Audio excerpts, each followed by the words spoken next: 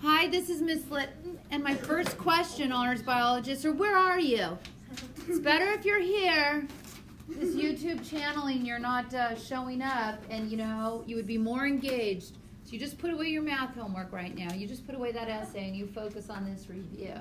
Because I'm looking for you. I'm looking at you right now through your screen. I see what you're doing. Ooh. Okay, now, so let's talk about the immune system. The first thing you're going to want to make sure you get is just the functions. Okay, so I don't want you to miss these. Getting the excess tissue fluid. Remember, the hydrostatic pressure, more gets pushed out than gets reabsorbed, so the lymphatic system picks that up. And that works out really well, because if there's anything bad out in that tissue fluid, you're going to find out. Why are you going to find out? Because why? Why, sweetheart? Because it's going to pass through a what? Lymph node before it gets returned at your subclavian vein. Another job of the immune system is to produce lymphocytes. What are the two? Not leukocytes. Leukocytes are all white blood cells. There's red blood cells, white blood cells, and platelets. But a special category of white blood cells are lymphocytes. What are the two lymphocytes? T cells and B cells. Good. And T cells do cell-to-cell combat, and B cells release antibodies. What particular B cell does release the antibodies? Plasma cells. Plasma cells release antibodies. Okay? And then the third one, and this is the one students miss, is it's also part of your lymphatic tissue in your lacteals of your small intestines to absorb fat. Okay, so this all hinges on that dynamic balance at the capillaries. Hydrostatic pressure forces fluid out, osmotic pressure forces fluid or draws fluid back in. Whatever's left over gets into your lymphatic, your lymph ducts, and at that point, that tissue fluid becomes lymph. There are lymph capillaries, but there are not lymph what? Arteries. Are there lymph veins? Yes. What is similar about our circulatory veins and our lymphatic veins? Valves. They have valves that keep it going in one direction. Perfect. Okay, and then the muscles will contract and push on the lymphatic vessels just like they do our veins to get it going in one direction. The next thing we want to know is those primary organs are bone marrow and our thymus gland. Now, all blood cells come out of our bone marrow. Myeloid stem cells make your red blood cells, the bulk of your white blood cells, your platelets, but the lymphoid stem cells out of your bone marrow are what make your B and T cells. So B and T cells come out of the bone marrow, but B cells mature in the bone marrow, whereas T cells mature in the thymus gland. Good.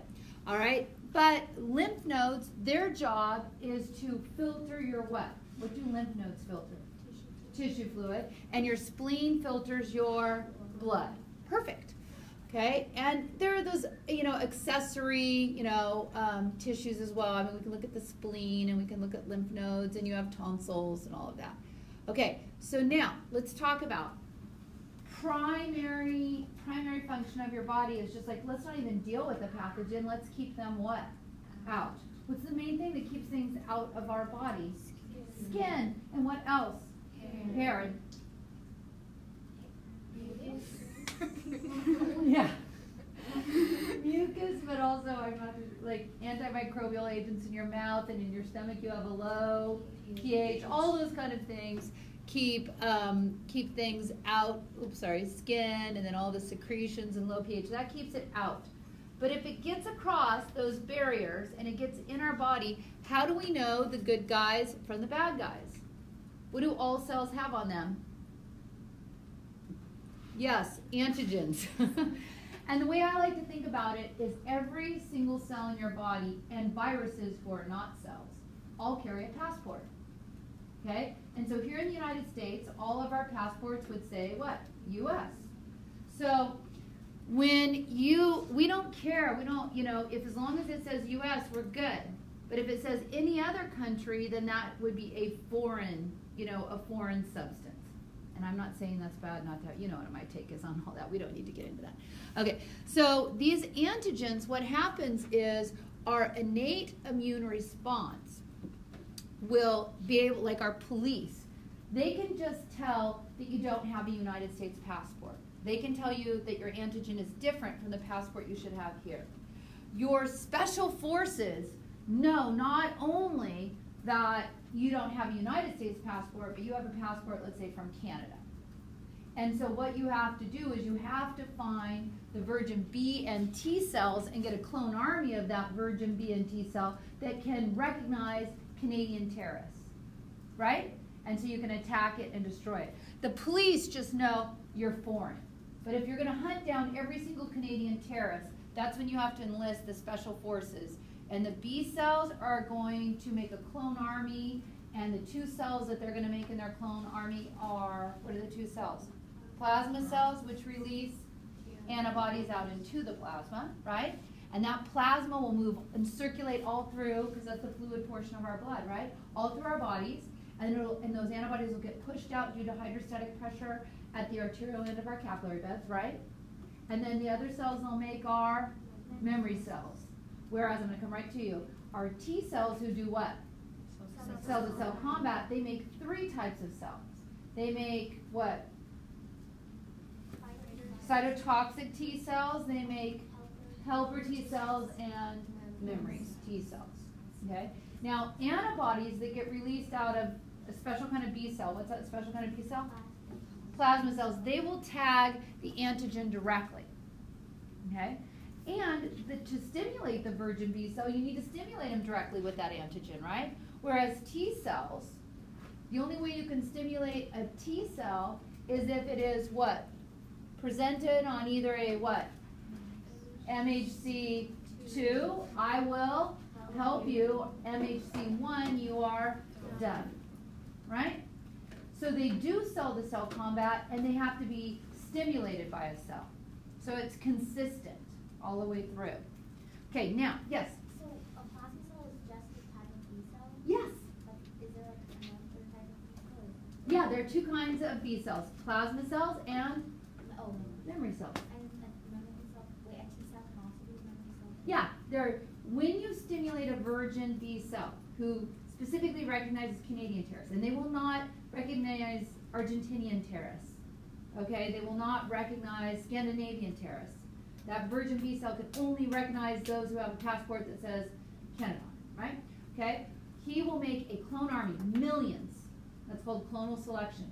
Primarily, the type of B cell he'll make are plasma cells, which are making all these antibodies and putting it all through your body. He'll also make a few memory cells, right? And the T cells who do cell-to-cell combat, they'll make a clone army of a whole bunch of cytotoxic T cells and helper T cells, and also a few memory cells. And the memory cells are for next time. When the battle's been waged and you've wiped out every single Canadian terrorist, the free floaters that are running around campus and the ones that are hiding in the classrooms, you've wiped them all out, then the clone army will commit apoptosis. And you'll just leave the memory cells. And because these are memory cells, they work faster. They don't need, remember how we talked about how a virgin T cell has to come in contact, and then a virgin B cell has to come in contact, and they have to agree this is a pathogen before they start making their clone army. You don't have to do any of those with non-virgins. They're very experienced. They come across a Canadian terrorist, boom, clonal selection. You don't have to find the other virgin and agree. So it's much, much faster, quicker response. Okay, so that's the difference between police and special forces. And then we learned, what do mast cells do?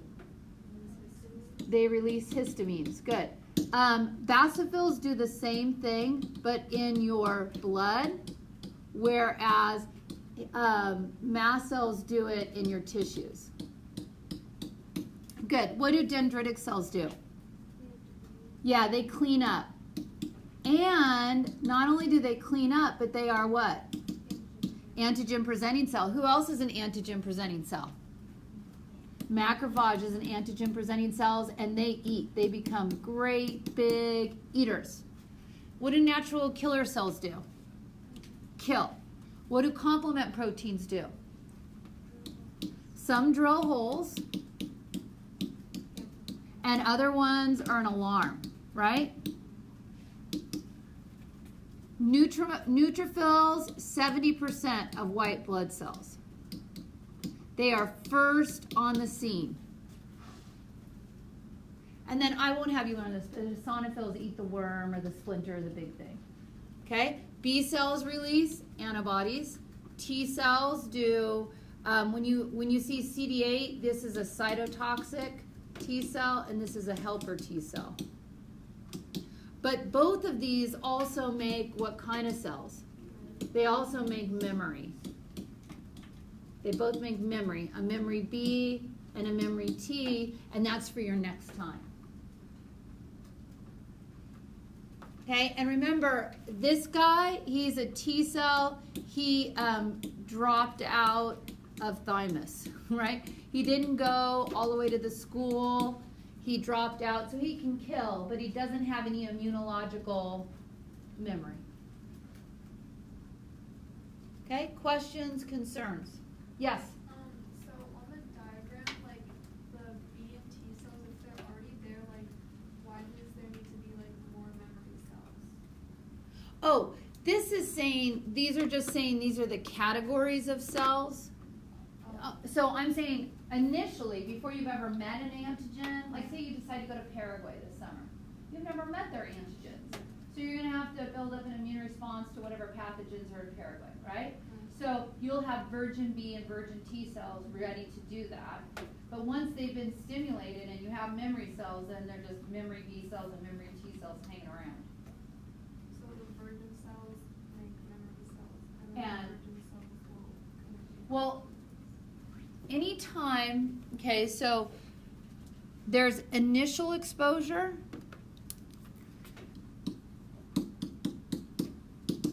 So on initial exposure, you will just have you'll have your straight up B cell and your straight up T cell. And your T cell will have to have another body cell expose that pathogen to him so that he knows, some antigen presenting cell. Okay? The B cell will have to have it directly, whatever that pathogen is. Then on what's going to come as a result from thereafter, okay, is here. Oh, good, it works. During the battle time, okay, during the battle time, this will make a plasma cell, and that plasma cell will release, antibodies. Okay, and it'll make memory B cells, right? That'll be during the battle. And then the T cell will make 3 types. It will also make memory T cells, and then it'll make cytotoxic T cells, and it'll make helper T cells during the battle. Okay? Then following the battle, afterwards, okay, there'll be you'll kill off apoptosis, the plasma cells will be killed off, and you will just keep the memory. You'll just have memory B, and you will have some antibodies floating around, because you'll keep the antibodies, at a low level. And then after here, you will kill off the cytotoxic Ts, you will kill off the helper Ts, and again, you'll just have memory T cells after the battle. Does that make sense?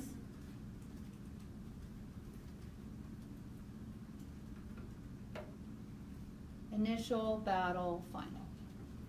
Yes? Does every cell have antigens? Yes, every cell has antigens. Now, they're not considered antigens in your body because you're not attacking your own cell.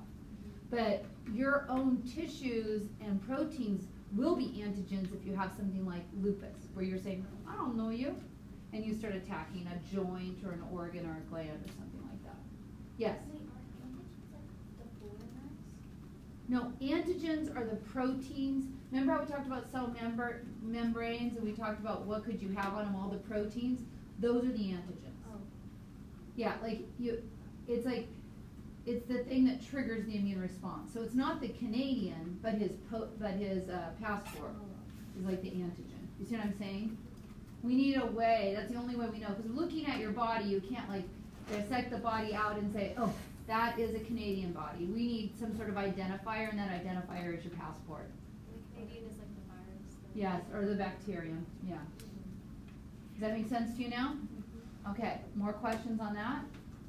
You feeling strong? Don't you wish you were here? Yes. Just go have your toast.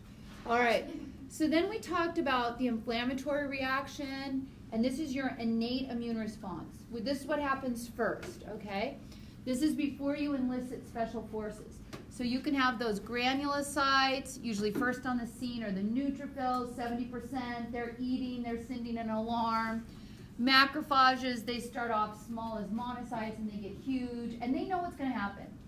As soon as they squeeze out of a capillary, they know the end game for them. It's death, okay? Because they're going to get bigger and bigger and bigger and eat and eat and eat until all of that thing is gone, and then they're going to become pus, dead white blood cells. And then dendritic cells, they're always playing cleanup, and they are also, just like the macrophage, these two right here, the bottom two, these are your antigen presenting cells. Okay? Who do they need to present to? There's only one cell they need to present to. Who do they need to present to? T cells. Because T cells do cell-to-cell combat. Yeah, so you need to get them to learn what they're looking for. And you got to find that virgin. Find that virgin. You can do it. All right? And so we talked about when we look at the inflammatory response, if we have a wound, platelets come and, you know, try to get us to stop bleeding. Mast cells are releasing what? Histamine, because IgE is embedded in them, right? And neutrophils are out here usually first, eating, releasing, macrophages, releasing cytokines, and a way to talk to other cells saying, danger, danger, danger, you know, or come over here and help us fight. And we talked right here, let's see, where is the pull down? Oh, it was there, I missed it. Okay, and we talked about how histamine makes the spaces between the cells of the capillary bed, the endothelium, a little bit bigger.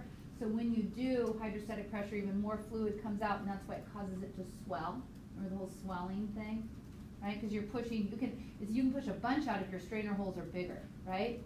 Are you straining pasta or quinoa? Quinoa. Okay, what are you straining? Because, right? Because things more can get through. Little things can get through if the holes are bigger. All right, and these were the complement proteins that some of them drill holes, some are warnings, some they're complementing your immune response. These are drilling holes in bacteria so that water must flow from the hypo and cause them to burst. We talked about natural killer cells that just go out and kill anything foreign. Remember, if it doesn't say United States, then you're going to start attacking it. Okay? If it doesn't say United States, you're going to just start attacking it. And then when we want to, you remember this chart right here? You're learning your acquired immune response. You are going to hunt down, you know, B and T cells have one target and one target only. So I'm 51, so I have some virgin B and T cells in here who have not met a pathogen yet. They're just waiting. Where are you going to travel, Miss Linton? We're ready. You want to go to Italy? We are ready, okay? They are waiting until they meet that pathogen so I can be protected at some future time. Does that make sense? Very, very old virgins, okay? So the target for B cells is the actual virus or the actual bacterium, and then it will mature and form two kinds of cells. What are the two kinds of cells it's going to release? B cells, what do we call these ones? Plasma cells that release antibodies and memory. And those antibodies, these Y-shaped antibodies, are going to go out and flag them. Once they're tagged like this, once the antibodies tag something, all the other immune system cells, they don't even have to ask to see the passport anymore. They don't even need to check the antigen. You got an antibody on you, you're going to be dead. The only organisms that have antibodies on them are ones that should be killed. So you don't even have to think about it then. You're just like, oh my gosh, you have an antibody? I'm killing you. I'm killing you. I'm killing you. And that's why it's so much faster once the antibodies are out there, because they're checking and they're attaching to that bad passport, so nobody even has to open it and look at it. It will just attach to it. And then that makes the killing faster. Okay, the cytotoxic T cells, he's going to kill any cell that displays the antigen on an MHC1. The helper T cells are going to help anybody who displays the antigen on an MHC2, and they're going to help. Okay? And they'll release cytokines like interleukins, which are like the Red Bull, and they just get like, yeah, let's kill more, let's help more, let's release more antibodies. And then the other cytokine we talked about was called interferon, and interferon is like, if we were infected, we release interferon so that Ms. Chevalier, Ms. Stutz, and Mr. Labno lock their doors so they don't accidentally let in a Canadian terrorist. And you can get a shot sometimes of interferon to protect yourself if you've been exposed to a virus. Okay, so this I think is a good summary, which you really should understand this summary now, right? If you just kind of skim through it, it should make all kinds of sense now that you've had the whole presentation.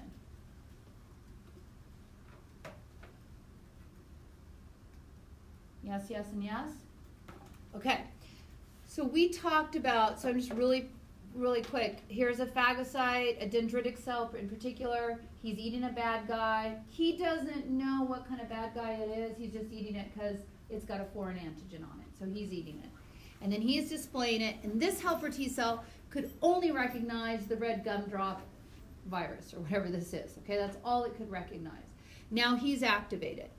And if a B cell comes in direct contact with the red gumdrop bacteria, virus, whatever this is, then, and the virgin T agrees with him, and they're both two virgins standing together going, these are bad. I've had it presented to me, says the T cell. The B cells, I've got him by the throat right here. They agree, then let's go ahead and do clonal selection and make thousands of Bs and T cells that can fight this particular pathogen.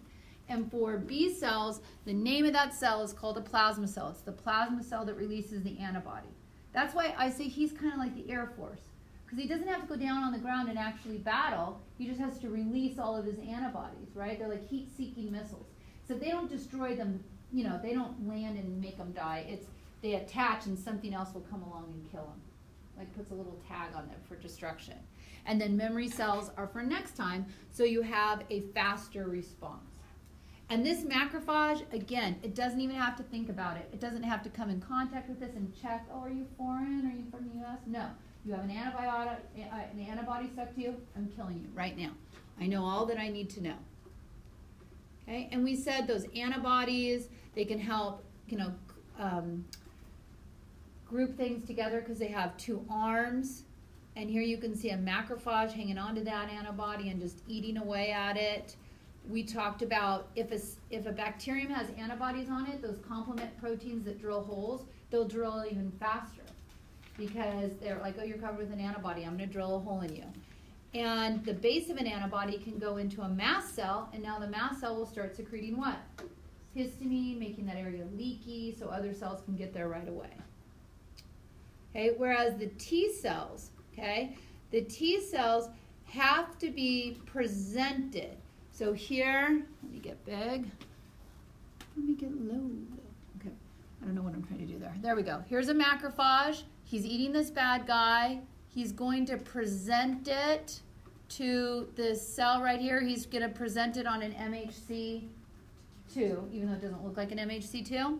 And once he presents it on its MHC2, you're going to make cytotoxic T cells and helper T cells that can go out and fight. And to talk to a T cell, the only way you can talk to a T cell, it could have viruses and bacteria crawling all over the surface of it. No, it does not hear it. It has to be presented, a piece of it has to be presented on an MHC1 or an MHC2 so it can respond. That's the only way. They are deaf to anything other than MHCs. Okay? Where do you find MHC2s? What kind of cells have MHC2s? B cells, dendritic cells, macrophages. Those are your antigen-presenting cells.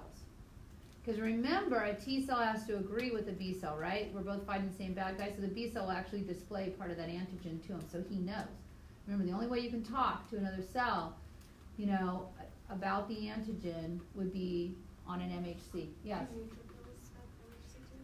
No, they're not really a part of that. It's the macrophages and the dendritic cells. Yes?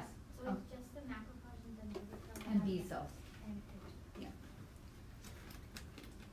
Okay, and then when we look here, we can see from the stem cell, T cell precursor goes to the thymus to mature, and you can end up ultimately, if stimulated, getting cytotoxic T cells who kill and helper T cells who help by releasing chemicals, and then natural killer cell, you know, T cells, those, they just didn't finish out their schooling at the thymus.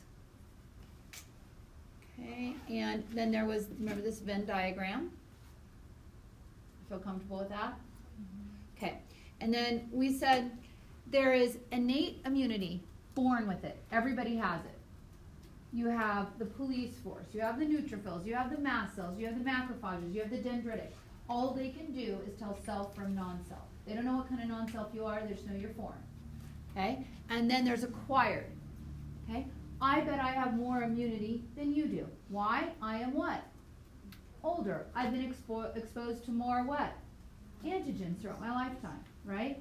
I have learned some diseases that you have yet to learn, okay? Now, if you traveled to a new country every 10 days, I bet you'd be exposed to a lot more than I have, right?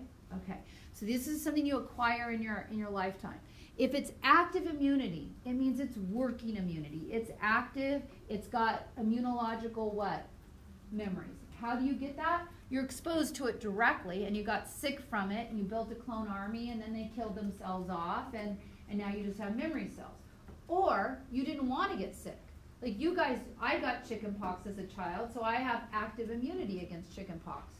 You probably didn't get chickenpox. What did you get?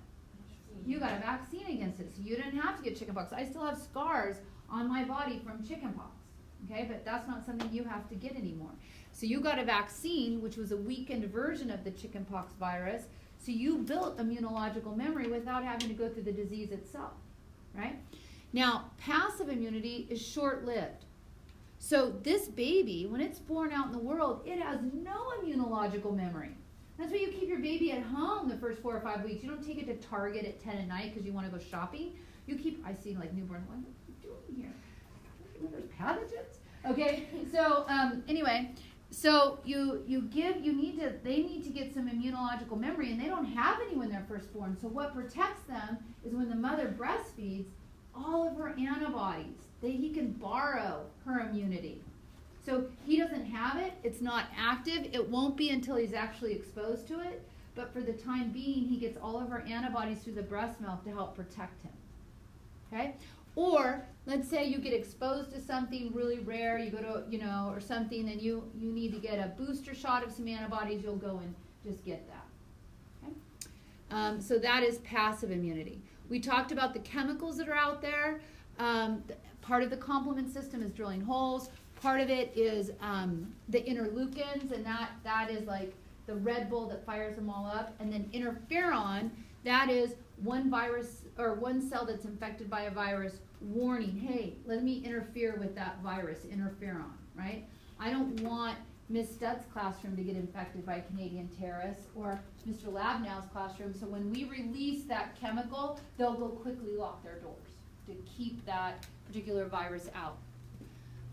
But just like there's so much good in our immune system, sometimes things can go bad. Like we start to develop an inflammatory response against things that are not harmful. Peanuts shouldn't be harmful. Bee stings should hurt, but they shouldn't trigger an allergic reaction. And because we have immunological memory, every time, that's why the people, if you know somebody, like the first time they had a peanut allergy, maybe it wasn't that bad. And then the next time it got worse. And they said to them, you have it again, this could kill you. You need to take one of those EpiPens. Why? Because they have immunological memory and their system like overreacts to the whole process, just overreacts to it.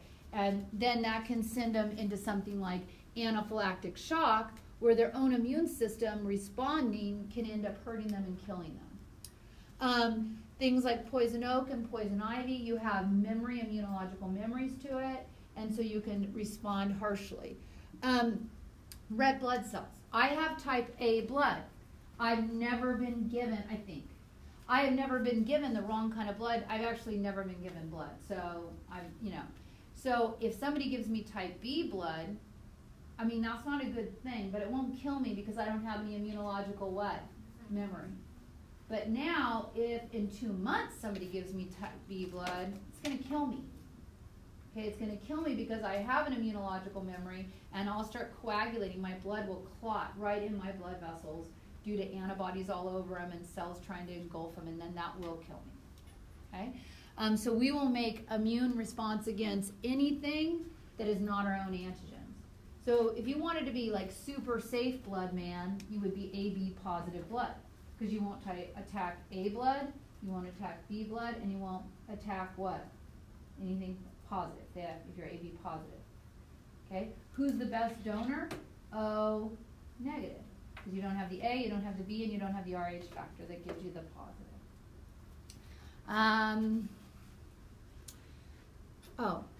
If you get an organ transplant, your body's going to for sure know it's foreign. It's like, this is not your kidney. And you could talk to it. You could tell your immune system, but I really need this kidney. Okay? We don't have this kidney. We can't filter our blood, and I have to go back in for treatment. Please stay. Our immune system is like, I got to attack it. It's foreign. So that's why we take immunosuppressant drugs. But if we're suppressing our immune system, what can happen? We can get what? Sick. So you have to be cautious if you get an organ transplant. You may be limited in what kind of things you do. You might have to wear a mask so you can prevent other, you don't want to get any additional pathogens. The sad thing is it can't prevent you from something that goes wrong, like a cancer cell, right? Because you can be exposed to a pathogen, or things can just go wrong inside your body, right? And then that could trigger that immune response. Other ones are like lupus or multiple sclerosis, where you forget yourself and you just start attacking particular tissues, like your nervous tissues or your kidney or your joints. Rheumatoid arthritis is like that. And there's no cure to it. You can't unlearn it. Once they have like, oh, this is bad, this is foreign, then you can only take things to kind of suppress the symptoms of it. And that is it. That is it. I think I have a practice quiz here if you want. I don't know what I have here. Honest to goodness, I don't. You want to take it? Yeah. Okay. Why don't you log in as whatever you want? I don't even know how many questions are here, but we'll do it. Oh, we're Hermione. You're welcome. Okay, I'm going to pause you because you're not here. I'm so sorry. Okay, bye now. Okay, so we're coming back now because they're almost done. And here we go. So a person with AB blood, okay, so if you have A antigens on your blood and B antigens on your blood, okay, they can get AB because they're not going to make antibodies against A or B. So they can get B blood, they can get A, and they can get O because O blood doesn't have any antigens on it. I didn't do the positive negative. That's an RH factor. That's another antigen. Okay, I say go. I'm not that. Go. Okay. Oh my gosh. So weird. Okay, mast cell secretion occurs after an allergen combines with IgE. You know how I remember that? Somebody who has allergies, they go, eat, chew. IgE, right? Eat, chew. The most common immunoglobulin is IgG, but anyway, IgE, and you learn that from your additional objective. Somebody picked IgA. That's an antibody. It's like two Y's stuck together. It's in your throat. You have pathogens in your throat, just so I tell you that. Vaccine are associated with active immunity. If I get a vaccine, I'm going to have immunological memory because I'm getting a weakened version of the virus. That weakened version is just like a virus shooting blanks or a bacterium shooting blanks. It will find the virgin, B cells and T cells will be activated. They will build a clone army. They will make memory cells. The clones will do apoptosis, and I will have memory cells cruising around in my body. Remember what I said, chickenpox vaccine? You got that, right? So it gave you a weakened version of chickenpox, not one that could make you sick. And then as a result, you were able to build an immunological response and an immunological memory. It's acquired now for you. And so if you get exposed to chickenpox, you won't come down with it because you have the memory cells to handle it. So that is active immunity. It is also long-lasting. immunity. Yeah, that's why D is right. Sorry. I was like, wait, that answer's right too. Yeah, so it is also long-lasting. Yes. Why would it be long-lasting? Because you have immunological memory. Yeah, and you have immunological memory, so it'll last you your whole life. Yes. If it asks you a type of question that could relate to active immunity, could you assume that it's also long-lasting? All active immunity is long-lasting. Don't memorize that. Understand that active immunity is long-lasting. What's short-lived immunity? What was the short-lived immunity? Passive. Yes, passive. Breast milk, it's short-lived. You're only protected while you're breastfeeding from your mother. Gamma globulins are short-lived because you didn't actually make the cells that made the antibodies. You just cheated and got the antibodies directly. So that's passive and that's short-lived. Okay, you good? All right, Smarties, I'm super proud of you. Don't stay up too late. Have a piece of toast. Yes, sweetheart. These can be received because they don't have any memory cells. They don't have. No. A person who has AB won't make antibodies against A or B. AB is just both, and O doesn't have any antigens on it. Oh, it doesn't. Okay. No. Okay, have a piece of toast. Yes, sweetheart.